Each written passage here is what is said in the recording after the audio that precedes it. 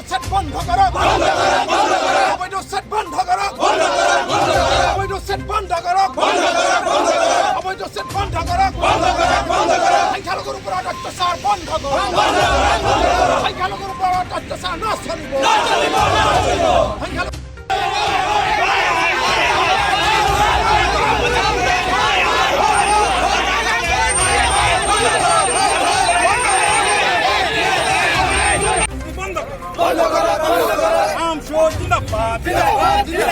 I'm sure lonely.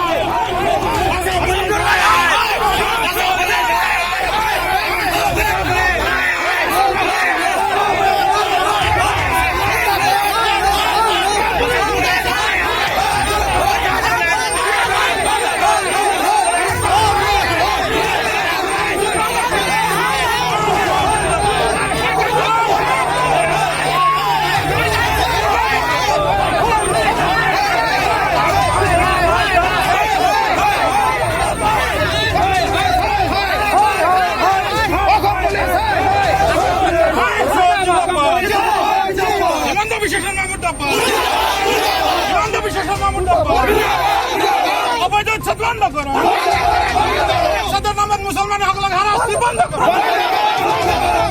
মুসলমান সকলক হারাস্তি বন্ধ করো অসম সরকার হয় অসম সরকার হয় আজি আমাৰ সদৌ অসম সংখ্যালঘু ছাত্ৰ ইউনিয়নৰ ফালৰ পৰা কেন্দ্ৰীয় সমিতিৰ নেতৃত্বত কেন্দ্ৰীয় সমিতিৰ নিৰ্দেশনা অনুযায়ী প্ৰত্যেকখন জিলা মহকুমা জেগাবিলাকত আমাৰ আজি মাননীয় মুখ্যমন্ত্ৰী হিমন্ত বিশ্ব শৰ্মা ডাঙৰীয়াৰ প্ৰতিমূৰ্তি দাহ কৰাৰ যি আজি কাৰ্যসূচী আছিলে তো এই কাৰ্যসূচী ইতিমধ্যে অসমৰ বিভিন্ন অঞ্চলত হৈ গৈছে ৰূপায়িত হৈছে আমাৰ ইয়াত কাৰ্যসূচী আমি কৰাৰ সময়ত যিটো আমি দেখিলোঁ যে পুলিচে এনেকুৱা ধৰণৰ ষড়যন্ত্ৰমূলকভাৱে আমাৰ পিছা লাগি আছিলে ৰাতিপুৱা 7টা বজাৰ পৰা আমাৰ পিছে পিছে আছিলে আমি য'তেই যাওঁ তাতে আছিলে তাৰ পিছতো আমি ইয়াত আহি কাৰ্যসূচী ৰূপায়ণ কৰোঁতে আমাৰ গোসাইগাঁও থানাৰ পুলিচ বিষয়াসকল আহি আমাক যি বাধা প্ৰদান কৰিলে আমাৰ প্ৰতিমূৰ্তিটো যেনেকৈ আমাৰ পৰা কাঢ়ি লোৱা দেখা গ'ল গতিকে একচুৱেলি এটা কথা আপোনালোকে মনত ৰাখিব যে আমাৰ যিটো গণতান্ত্ৰিক পদ্ধতিৰে আন্দোলন এই আন্দোলনক পুলিচে ধমকি দি বা আমাক ভয় দেখুৱাই কেতিয়াও স্তব্ধ কৰিব নোৱাৰে